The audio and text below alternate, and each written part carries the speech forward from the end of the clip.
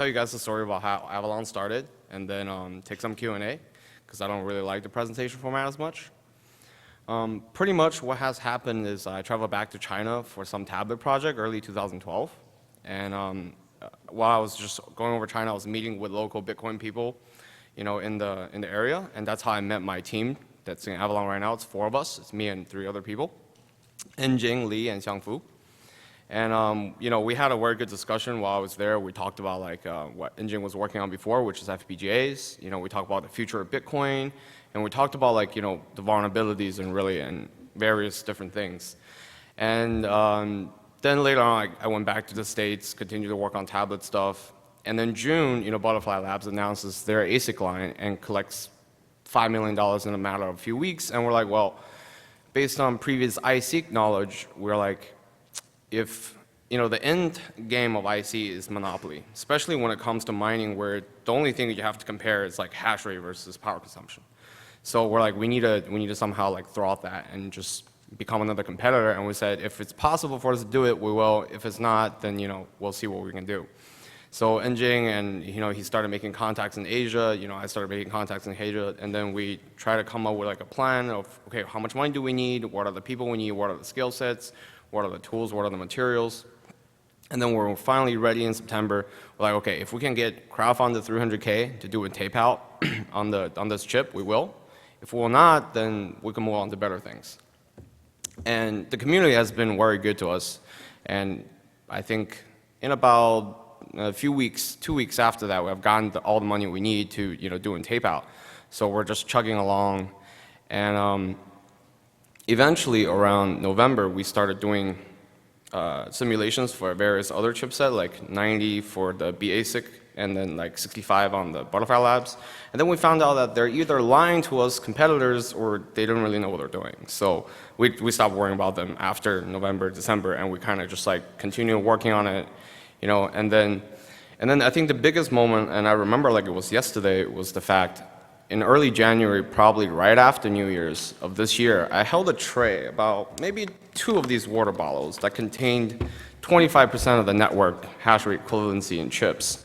And I was like, wow, I have severely, severely underestimated the power of ASICs. And what's really interesting, I mean, we're glad that our chips worked fine without any too much problems, but on the cab ride back to the hotel, all of us were like, wow, any legitimate IC company, not amateurs like us, can come and take over Bitcoin completely. And that was our biggest worry at the time, and still is.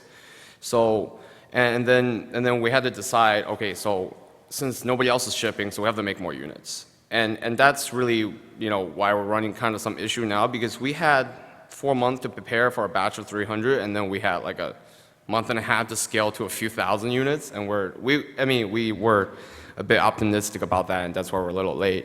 But we're working, the best we can every day, and then eventually that has eat up too much time into our R&D process to the next generation chips, which is what our original plan was.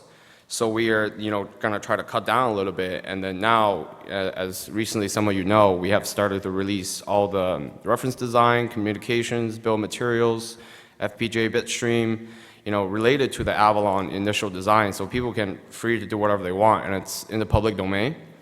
And we're just going to sell chips. We're going to adopt the model that AMD uses with the GPUs. So we're going to release a reference design for 1 generation chip, and then dedicate all our resources to the next generation. If we have to sell chips to reach the funds for the next generation, we will.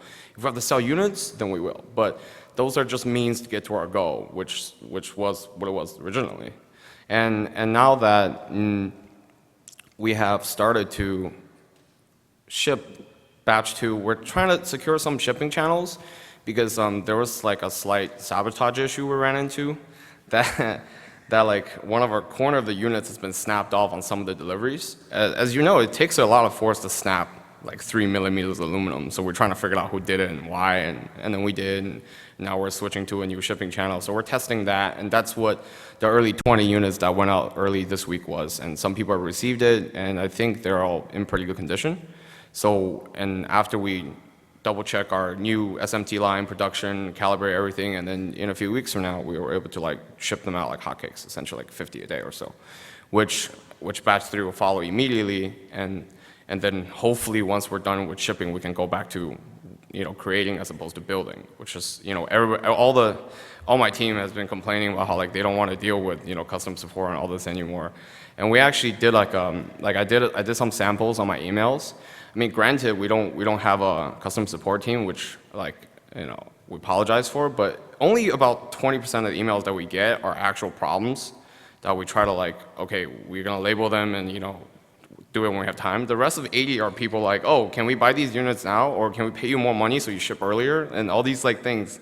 And we're just we didn't give up our opportunity to mine batch 2 and 3, ourselves for people like this. So, and it's really demoralizing for the whole team to even look at emails like that. So they're like, okay, we're no longer gonna do it, and we're just gonna, make units and make chips and sell chips. And I think that's what it is. And for now, if people have questions, yeah, sure. You're mining batch 2 or you're not mining? I'm not. That's the thing. We actually had to sit down. It was an actual decision.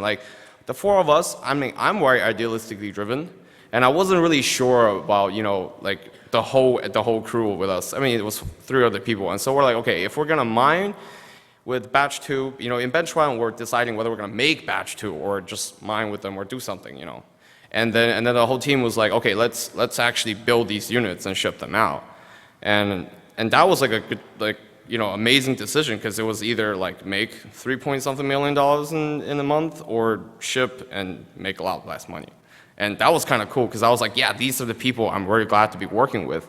And that's why I just want to continue this thing and keep going and release all this stuff so other people. And what's really cool is that the forums now, they're instead of just the bickering of where's my units, why hasn't Butterfly Lab ships, where's all this stuff, and now as you can see, there's people buying chips in groups, there are people doing open source stuff, and that's what I really, we really wanted to see in the beginning. I think that's super cool, and I hope that continues as we release more things. And if anybody has related questions towards the reference design or whatever, please open an issue on GitHub so we get to it, and so on and so forth. And there hasn't been a lot of that, so I don't know if people are just reading it or they're building their units. And also for those who order chips, probably by the end of the month, because in the lead time of the chips is 8 to 9 weeks, right? And then 4 weeks later, after ordering, we're gonna send you 30 sample chips, so you can start working on stuff right away. I think that's about it. I'll take questions. I think what you're doing is really fascinating. I wanted to ask about this corners that were broken off. Use your mic.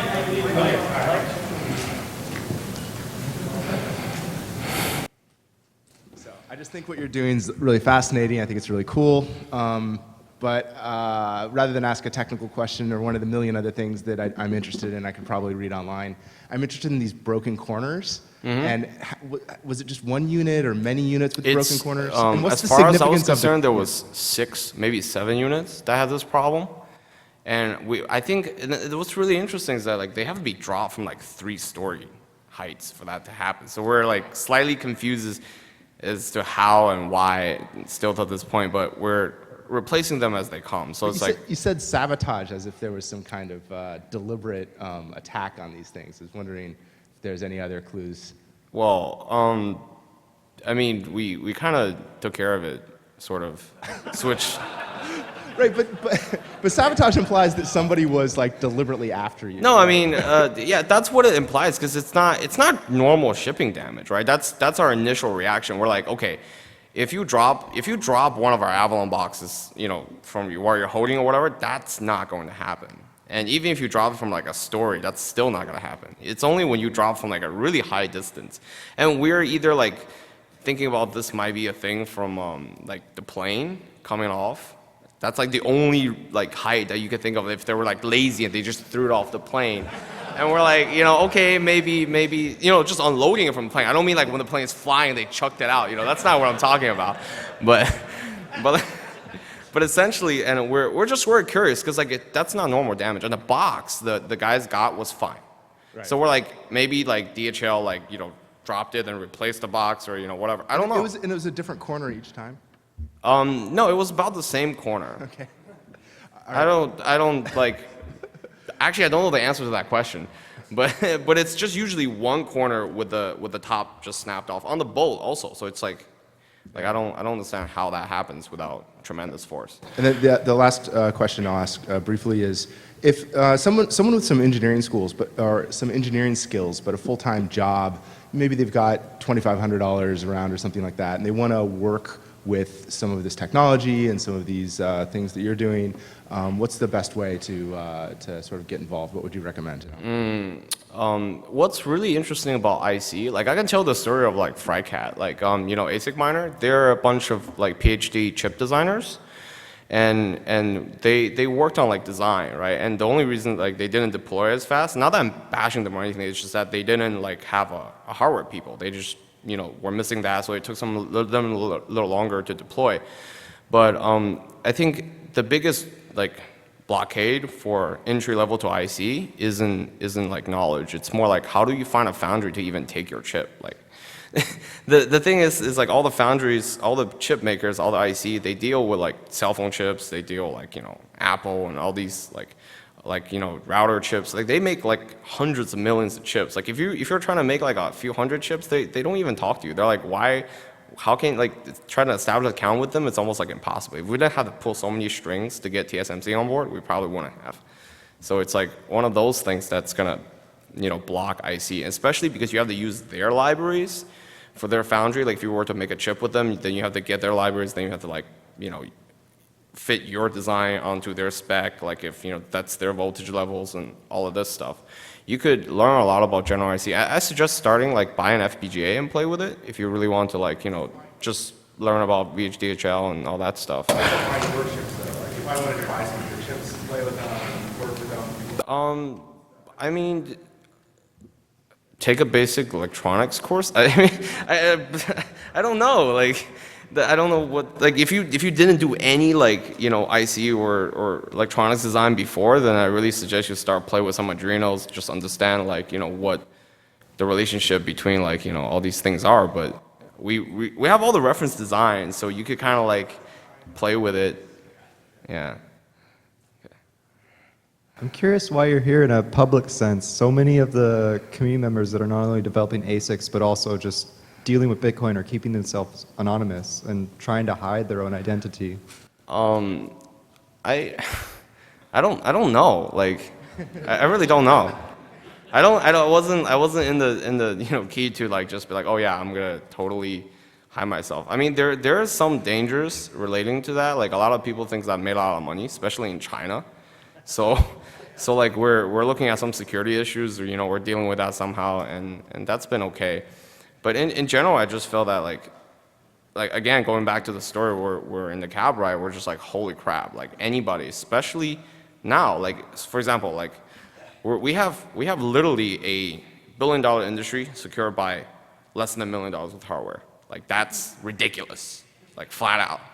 And we're sitting there going like, wow, if somebody, like any IC company actually was like caught up on this, like, you know, there was a bunch of press about Avalon in early, you know, February, and if they actually sat down and said, oh, this is cool, we could, you know, make some money, or, you know, like whatever, if they started around the time they heard about this ASIC thing, they should be done by like August and September. So I actually expect, like, you know, privatized ASIC or whatever, like, and they might even have them now, like we can't really know. And then there might be somebody with like a lot more hash rate than we imagine. That's always scary to me. Like, but at the same time, like I sleep kind of well knowing that, you know, the most ASIC that pushed out was me and not somebody else.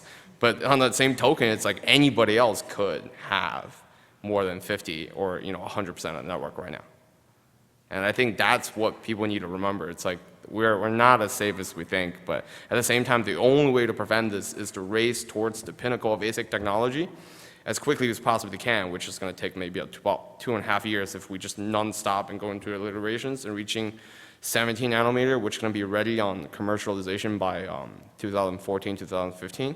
And once we hit that, like, you know, theoretical, well, commercial, applicable, you know, blockade, then we can say, oh, until the next generation comes out, then we're kind of okay for the time being, you know. And then another thing is that once you reach, like, I think 40 or 32 nanometers, the magnitude of, you know, Moore's law kind of starts applying. Like you're looking at like 2x, 4x, as opposed to like what we're looking at now, like 50x or 30x. Like that will stop, which will be pretty good. I just wanted to thank you for the way you're doing this. You had all that power in your hands, and you're doing it the right way. And I really appreciate that as a miner.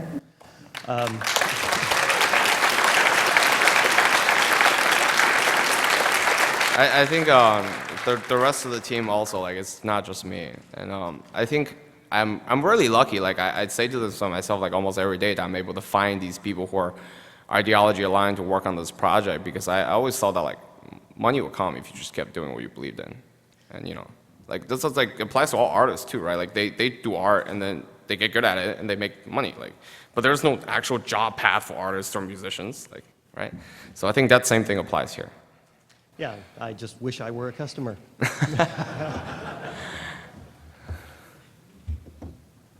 So two things. The first, I think we missed an answer to the you want to get started with the chip question. There are third-party suppliers who are already developing open source boards to use the Avalon chips, and they're saying, bring us your chip, mail it to us, and we'll put it on the board for you. So the industry is, I think, filling that in. My question for you is, can you just say a word or two about the political climate for Bitcoin in China? China now has more nodes than America. What ends up happening is that, like, China as a whole, like, geographic, you know, area, there's a lot of people. So even when, you know, comes to, be with me on this, relax, right? And the premises of that is, like, when a niche group, even when a small thing happens in China, there's, like, a huge following. You know, like, for example, like, nobody uses, like, Google, and then maybe somebody uses Yahoo, and that's it. Like, there's only, like, tier 1 and tier 2. In China, tier 4 sites and tier 4 things, tier 4, like, you know, websites and stuff like that, are almost big, if not bigger than tier 1 sites of USA. So it's like, not a lot of people have found out about Bitcoins, but just so happens the people who did are still a significant large amount. So it's not like there's mainstream adoption or anything, but because CCTV has definitely, you know, issued, like, was it 2 videos already about Bitcoin, because how prominent it has been in the West.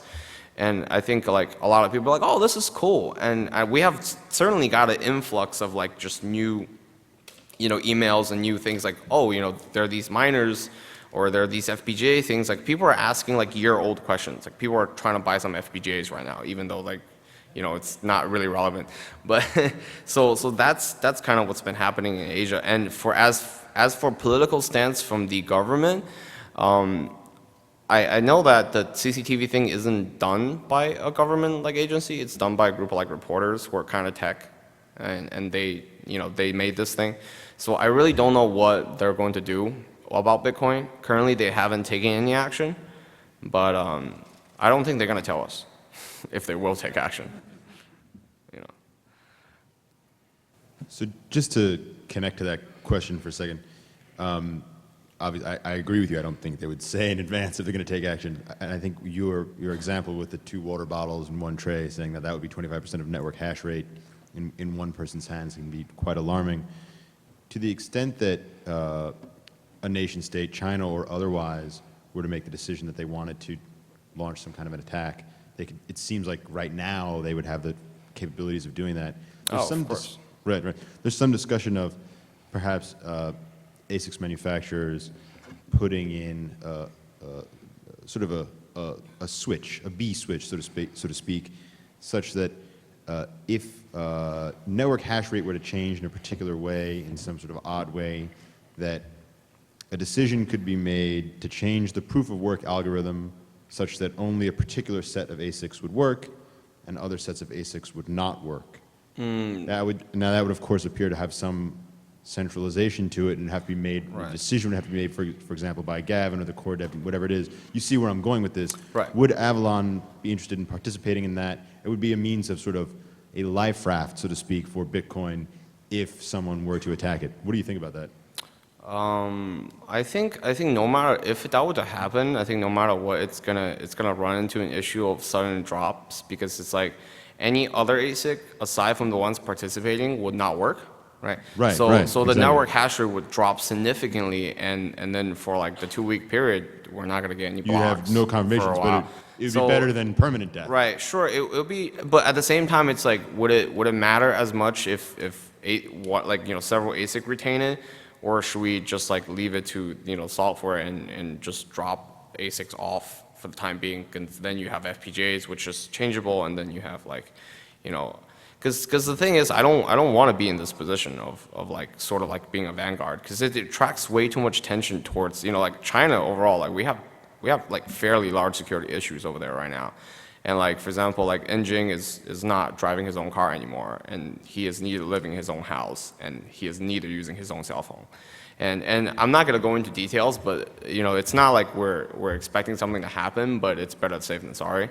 And at the same time, it's if the core dev were to approach me to do something like this, I would gladly agree to it, of course.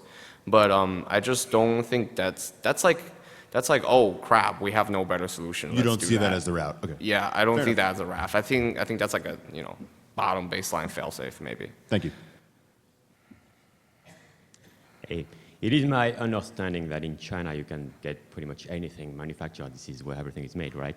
So why did you set up your own SMT line, your own, I understand you bought your own reflow oven or your own CNC machine, instead of just finding companies to make and build this Avalon for you? Actually, this is why we have gotten so much industry attention to shipping out an ASIC and a product in 4 months. Usually that does not happen. And what ends up happening is that we skipped over a lot of the bureaucratic stuff and the corporate stuff. Like we're no longer like, we're going to people who either know other people or who are friends with friends who have like, previous contact.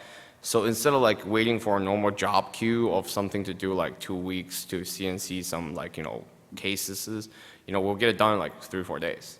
Because we either know people or know empty machines, or we've gotten our own machines and we've gotten our own people. So like that's what, things work in China. It's not about what skills you have, it's not about how much money you have, it's about who you know. If you don't know anybody, you can't get anything done. Okay. And essentially that, like, we kind of bought what we need. It's not that we rather have, we'd rather be a fabless, like IC company, to be honest, because there's less management, there's less problems. But at the same time, it's like when you're managing your own stuff, then you can't actually like trust your own dates. Because like the reason, I think Butterfly Labs and I ran into a bunch of stuff is like what ends up happening is like we order parts for the next few thousand, and the lead time from 4 to 6 weeks went to 8 to 12 weeks. And there's nothing you can do, when that happens, and you're just like, well, crap. And now we have to like tell everybody, oh, we have to wait a little. And that's really the thing. We try to minimize that as much as possible, because once you get onto trusting third-party dates, you could have like a nightmare when it comes to IC production. Thank you. My second question for you is, people have tracked in the blockchain that roughly 50,000 Bitcoins have been spent to purchase Avalon chips, so about $5 million. How are you planning to, or how have you sold these Bitcoins to pay TSMC to get them manufactured? Is there an exchange? How have you basically sold these Bitcoins, $5 million of Bitcoins, to pay TSMC to make the chips for you? This is a huge amount of money. Do you run into, I don't essentially, know, limits? we keep most of our money in Bitcoins unless we need fiat, and then we convert and pay whatever bills we need to pay. And that's about it.